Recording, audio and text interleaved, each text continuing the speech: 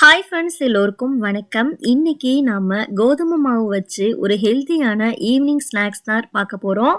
எங்க ஊர்ல இத எள்ளடன்னு சொல்லுவோம். எள்ளட, தட்டை எப்படி வேணாலும் சொல்லலாம். இதை செய்யறதுக்கான டைமிங்கும் ரொம்ப கம்மி தான். பிகினர்ஸ் கூட ரொம்ப ஈஸியா செஞ்சிடலாம். கோதுமை மாவு வச்சு இந்த தட்டை ரெசிபி எப்படி பண்றதுன்னு பார்க்கலாம் வாங்க.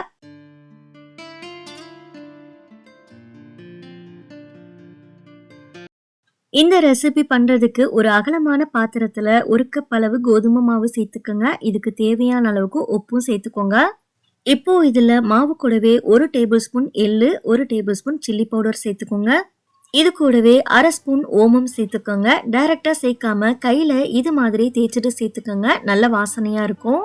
ஓமம் கண்டிப்பா சேர்த்துக்கோங்க. நம்ம சாப்பிடும்போது நல்ல மனமா இருக்கும். நெக்ஸ்ட் இதுல கொஞ்சமா கஸ்தூரி மெத்தி சேர்த்துக்கோங்க. உங்ககிட்ட இருந்தா சேர்த்துக்கோங்க, இல்லைன்னா ஸ்கிப் பண்ணிக்கலாம். இதையும் இது மாதிரி லைட்டா கையில தேய்ச்சிட்டு சேர்த்துக்கோங்க. இப்போ இது எல்லாத்தையும் மாவோட நல்லா மிக்ஸ் பண்ணி எடுத்துக்கோங்க. மாவோட எல்லா பக்கமும் உப்பு, காரம் இதெல்லாம் படுற மாதிரி நல்லா கலந்து எடுத்துக்கோங்க. இதையெல்லாம் நல்லா மிக்ஸ் பண்ணதுக்கு அப்புறமா கொஞ்சமா எண்ணெயில ஒரு கொத்து அளவு கருவேப்பிலையை ஃப்ரை பண்ணிட்டு இதுல சேர்த்துக்கோங்க. இது லைட்டா சூடா இருக்கும், அதனால ஒரு ஸ்பூன் வச்சு இதை நல்லா மிக்ஸ் பண்ணி விடுங்க. கை பொறுக்கிற சூடு வந்ததுக்கு அப்புறமா மாவை ஒரு வாட்டி நல்லா மிக்ஸ் பண்ணி எடுத்துக்கோங்க. இப்போ இதுல கொஞ்சம் கொஞ்சமா தண்ணி ஊற்றி சப்பாத்தி மாவு கன்சிஸ்டன்சிக்கு மாவை நல்லா மிக்ஸ் பண்ணி எடுத்துக்கலாம்.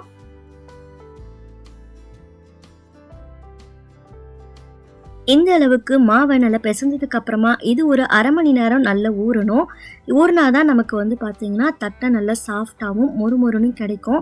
இதில் மேலே கொஞ்சமாக காயாமல் இருக்கிறதுக்காக எண்ணெய் இல்லைனா நெய் அப்ளை பண்ணிவிட்டு ஒரு 1/2 மணி நேரம் மூடி போட்டு மூடி வச்சுருங்க.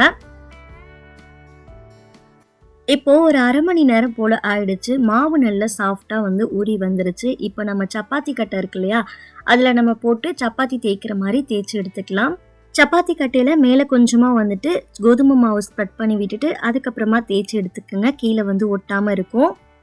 ரொம்பவும் மெலிசாவும் இல்லாமல் மொத்தமாகவும் இல்லாமல் ஓரளவு மீடியமாக இருக்கிற மாதிரி தேய்ச்சி எடுத்துக்கோங்க. இந்த அளவுக்கு இருந்தால் கரெக்டாக இருக்கும்.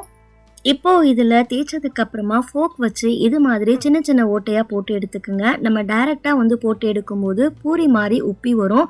சின்ன சின்ன ஓட்டையாக போட்டு எடுத்துட்டோம் அப்படின்னா நமக்கு உப்பி வராது.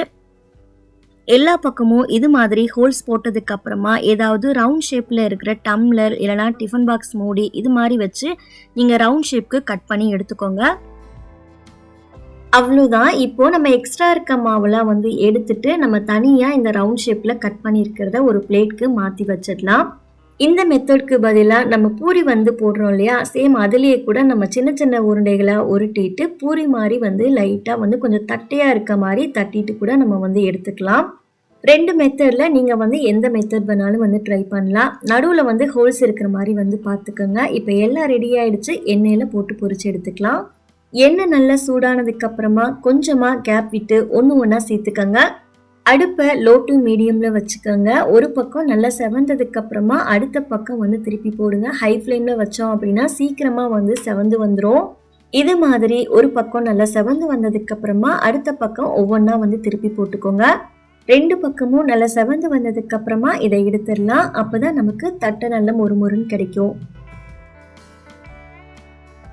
அவ்வளோதான், நம்மளோட கோதுமை மாவு வச்சு ரெடி பண்ணியிருந்த ஒரு சூப்பரான சிம்பிளாக ஹெல்தியான ஸ்நாக்ஸ் ரெசிபி ரெடி ஆயிடுச்சு. வீட்டில் நீங்கள் ஒரு டைம் ட்ரை பண்ணி பார்த்துட்டு உங்களுக்கு எப்படி வந்ததுன்னு மறக்காமல் ஃபீட்பேக் ஷேர் பண்ணிக்கோங்க. நெக்ஸ்ட்டு ஒரு ரெசிபி வீடியோவில் பார்க்கலாம். தேங்க்ஸ் ஃபார் வாட்சிங். பபாய்.